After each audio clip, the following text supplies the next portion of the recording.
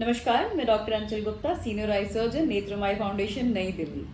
और आज हम बात करेंगे मोतियाबिंद के ऑपरेशन की जर्नी की।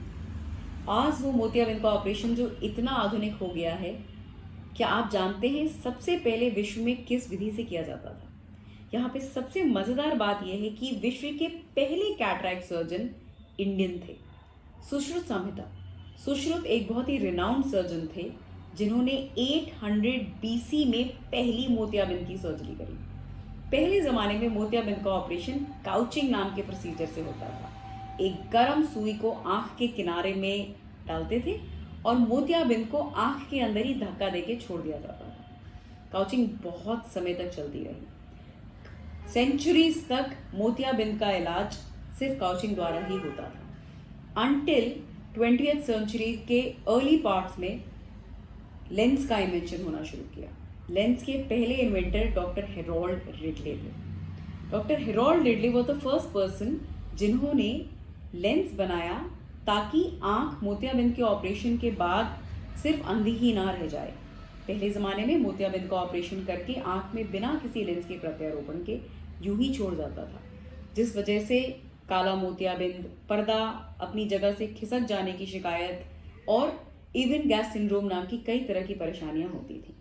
डॉक्टर हेरोल्ड रिडले ने लेंस का आविष्कार किया और उसके बाद से सर्जरी आनी शुरू हुई, जिसको हम लोग ICCE या ECCE कहते थे।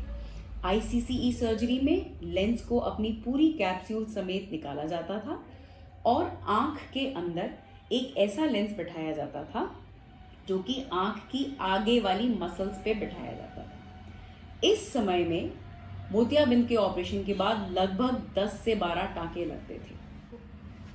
लेंस का आविष्कार तो हो गया, मगर सूचर का आविष्कार नहीं हुआ।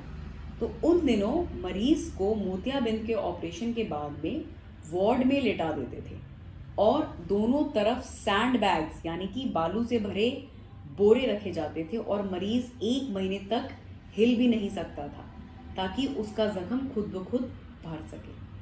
फिर इन्वेंशन हुआ सूचर्स का। सूचर्स का इन्वेंशन होने के साथ क्या हुआ कि हम आँख में बड़ा सा एक चीरा लगाते थे, मोतियाबिंद को बाहर निकालते थे और लेंस प्रत्यारोपण के बाद में आँख में 10 से 12 सूचर लगा करके आँख को बंद किया जाता था। ये वो समय था जब वाकई में मोतियाबिंद के बाद रेवोल्यूशन होना शुरू हुआ, यानी कि लोग कैटरैक्ट सर्जरी के बाद मोबाइल होना शुरू हो गए, चलने फिरने लायक हो सके। ये विधि ECCE या ICCE कहलाती थी। ICCE में पूरा का पूरा लेंस निकाल करके आइरिस पे लेंस लगाते थे, मगर ECCE में हम लेंस की एक पतली परत को आंख के अंदर छोड़ते थे और हमने पोस्टीरियर कैप्सूल लेंस बनाने शुरू कर दिए, यानी कि आंख की एक पतली लेयर को छोड़ा और उसके ऊपर पोस्टीरियर कैप्सूल लेंस को बिठाया गया। ये वाकई में एक पैराडाइम चेंज था जब हम लोगों ने कैटरैक्ट सर्जरी के कोड को क्रैक कर लिया था। हमें पता चल गया था कि मरीज की आंख में लीस्ट डिस्ट्रक्शन करे बगैर हम उसको यूजफुल विजन दे सकते हैं। And the community of doctors had identified the right place where lens can be settled for a longer time with least complications. अब मसला ये आया कि हम इसको बेस्ट विजुअल रिकवरी कैसे बनाएं, क्योंकि ECCE में हम लोग 10-12 सूचर्स लगा रहे थे तो मरीज को रोशनी बहुत कम आती थी। सर्जरी के बाद एस्टिग्मेटिज्म होता था और सिलेंडर पावर लगता था। चीज़ें दिखती तो थी मगर आड़ी तिरछी दिखती। धीरे धीरे इन्वेंशन होता गया और नंबर ऑफ सूचर्स घटते गए। सर्जरी में नंबर ऑफ सूचर्स 10-12 से घट करके 5 पे आ गए। मैंने खुद अपनी ट्रेनिंग के अर्ली ईयर्स में ऐसी सर्जरी करी है जिसमें हम 5 सूचर्स लगा करके मरीज को फ्री करते थे। आज भी बहुत सारे कैंप में जो फ्री सर्जरी होती है वो ECCE टेक्निक से ही होती है, जिसमें लेंस निकाल करके सूचर लगाए जाते हैं। But thankfully in the last 20 years cataract surgery has seen remarkable revolution. वो इंसिजन जो 12 मिलीमीटर का हुआ करता था वो घटते घटते फेको के इन्वेंशन से 3.4 मिलीमीटर का आया। मैंने खुद अपने ट्रेनिंग डेज में फेको ऐसी विधि से किया जिसमें हम 3.4 मिलीमीटर का इंसिजन बनाते थे। तो फेको क्या है? फेको एक ऐसी सर्जरी है जिसमें हम आँख की काली पुतली में प्लेन कॉर्निया में, यानी कि जो ट्रांसपेरेंट हिस्सा है उसमें एक एंट्री बनाते हैं और पेन नुमा वो इंस्ट्रूमेंट होता है जो आंख के अंदर जाता है, उस मोतियाबिंद को फेको इमल्सिफिकेशन पावर के द्वारा अंदर ही अंदर लिक्विड बना देता है और अपनी ही ट्यूबिंग के द्वारा उसको सक कर लेता है। और अब हम उस छोटे से ही इंसिजन से आंख के अंदर लेंस को इम्प्लांट करते हैं। फेको का इन्वेंशन तो हुआ, लेकिन फोल्डेबल लेंसेज का इन्वेंशन नहीं हुआ।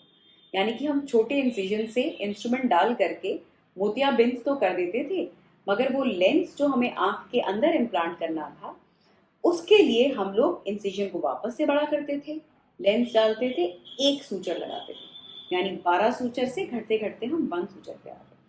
फिर डेवलपमेंट हुआ फोल्डेबल लेंसेज का, यानी कि ऐसा लेंस जो अपने आप में ही फोल्ड हो जाए और हम उस छोटे से ही इंसिजन द्वारा अगेन एक दूसरे पेन नुमा इंस्ट्रूमेंट से उस लेंस को आंख के अंदर डालें और वो आंख के अंदर जाकर के खुल जाए। ये था ultimate advancement in cataract surgery. Then the size of the incision began to came down. आज की रेट में हम फेको इमल्सिफिकेशन 2.2 मिलीमीटर के इंसिजन से करते हैं, which is called as माइक्रोफेको। कुछ सर्कमस्टांसेस में हम 1.8 मिलीमीटर से भी कर सकते हैं, बट यस 2.2 में लेंसेज भी इजीली अवेलेबल होते हैं और बहुत ही क्विक रिकवरी होती है।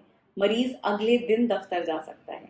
वो वुंड इतना छोटा होता है कि आपको अगले दिन मालूम भी नहीं चलता कि हमारी आंख में कोई सर्जरी हुई है।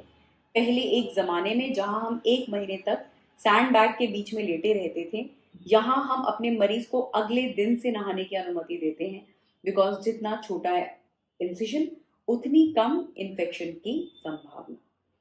फेको इमल्सिफिकेशन के साथ साथ फेम्टो भी आया, यानी कि ये एंट्री जो हम ब्लेड के द्वारा कर रहे हैं या आंख के अंदर जो हम रेक्सेस मैनुअली अपने हाथ से बनाते हैं, फेम्टो लेजर द्वारा ये एक एडेड एडवांटेज हो जाता है कि हम उस एंट्री को लेजर के द्वारा बना सकते हैं।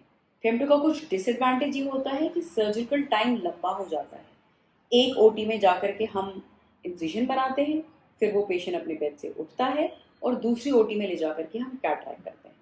आज की डेट में the most established and the most effective method of cataract surgery is still microphaco.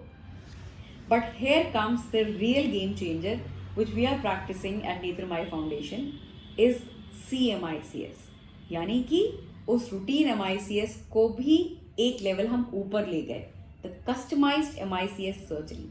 उसके बारे में जानने के लिए आप देखेंगे हमारा नेक्स्ट वीडियो।